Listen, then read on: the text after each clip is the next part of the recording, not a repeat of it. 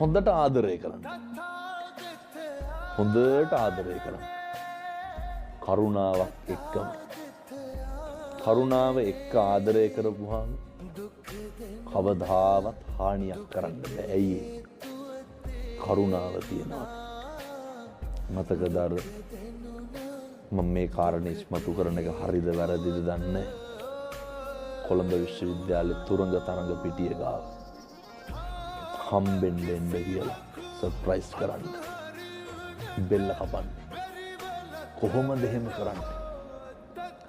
මාතර පැත්තේ මන් දැක්ක අවුරුදු 16 17 පැටව පීයකින් අනගෙන යන්නේ. කොහොමද එහෙම කරන්නේ? අර පුරුද්දක් නැතිකම කරුණාවන්ත හදවතක් ඇති වෙලා. එතකොට ඔය දරා ගන්න බැරි එක කවදාවත් අම්මා තාත්තා වෙනුවෙන් කඳුලක්වත් අහලන්නේ නැහැ. මාස දෙක තුනක ප්‍රේම සම්බන්ධතාවයක් වෙනුවෙන් අරනේ කවුරුද හැඬුවේ කාටද රිදුනේනේ දුම්රිය මොහොතක් නතර වෙන්නේ. කෝච්චිය විතරනේ නැවතුනේ මිනිහ පටව ගන්න පෙට්ටිය. මොකක් හරි වුණාම අන්තිමේට කවුරුවත් නැහැ. ප්‍රේම සම්බන්ධතාවයේ තියාගන්න මතක තියාගන්න වෙනස් වෙනවා කියලා. අවුරුදු 10 11 ප්‍රේම සම්බන්ධතා තිබිලා විවාහ වෙලා දරුවෝ හදලා කොච්චර තියනවද නේ ඩිවෝස් වෙන්නේ. මේ ලෝකේ හැම එකක්ම වෙනස් වෙනවා. වෙනස් වෙන්න කලින් තේරුම් ගන්න වෙනස් වෙනවා කියලා. ඒවා හරිය తాවකාලික දේවල්. මොකක්ද මේ ලෝකේ తాවකාලික නැත්තේ? හැම එකක්ම తాවකාලිකයි.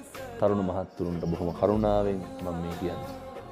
විවාහ වෙන තරුණ තරුණියෝ දැනගන්න ඕන, ඉගෙන ගන්න ඕන පාඩමක් තමයි මේ අර අනේකගේ මතයට කරු කරන්න, අනේක ඉවසන්න, අනේකගේ වෙනස් වීම දරා ගන්න බැන ඇත්තටම කසාද බඳින්න එපා. මොකද ඒ අපේ තීරණවල බලපෑම සහ ඒ වගේ විපාක විඳින්නේ අහිංසක දරුවෝ. එතකොට ලිංගිකත්වය කියන කාරණය මේවා නිකන් සෙල්ලමකට ගන්න එපා.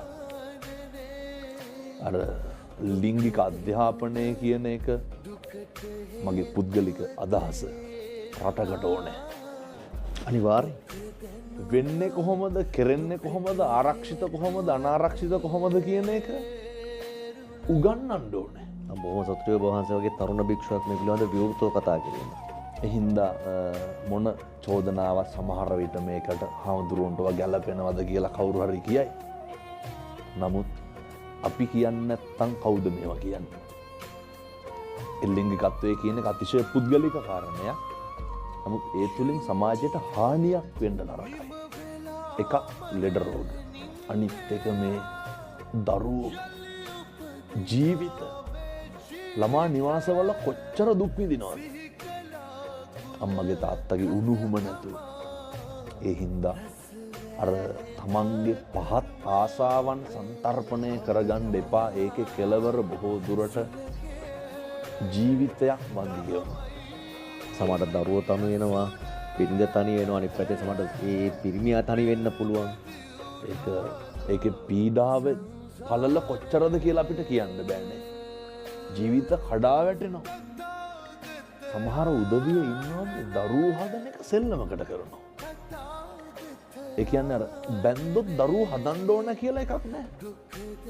දරුවෝ වදන්න හදන්න පුළුවන් නම් විතරක්. ඒ වගකීම ගන්න පුළුවන්. වගකීම ගන්න පුළුවන්. නැත්තම් දෙන්න එකට ඉන්න.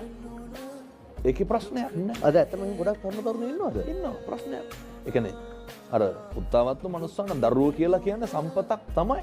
ඒ සම්පත නඩත්තු කරන්න පුළුවන් නම් විතරක් හදන්න වදන්න. සමාජයට පේන්න දේවල් කරන්න ඕනේ නැහැ. කිසිසේත්ම අවශ්‍ය නැහැ. මේ ගොඩක් වැරදිලා තියෙන අපිට වඩා ලෝකයා පිනවන්න ගිහිල්ලා කටයුතු කරනකොට මිනිස්සුන්ට වරදිනවා.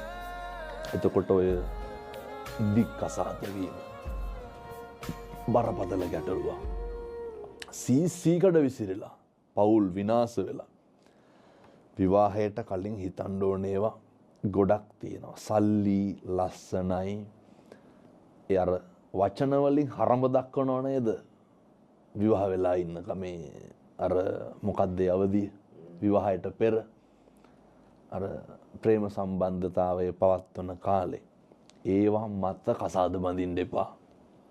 බලන්න එක්කෙනෙක් කතා කරනකොට එක්කෙනෙක් නිමෙනවද කියලා.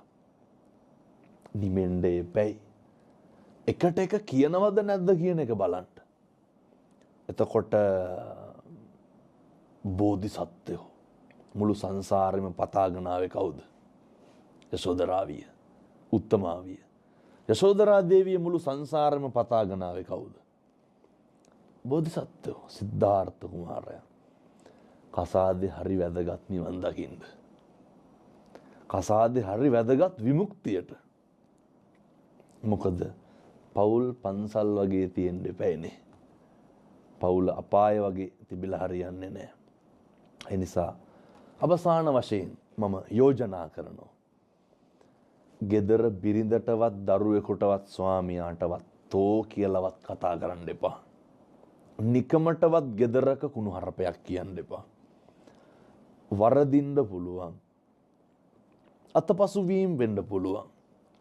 අමතක වෙන්න පුළුවන්. බැරි වෙන්න පුළුවන්. ඒ විතරක් නෙමෙයි නොසලකා හරින්නත් පුළුවන් හිතලම. කමක් නැහැ. අසත්පුරුෂයෙක් නම් වෙන්න එපා.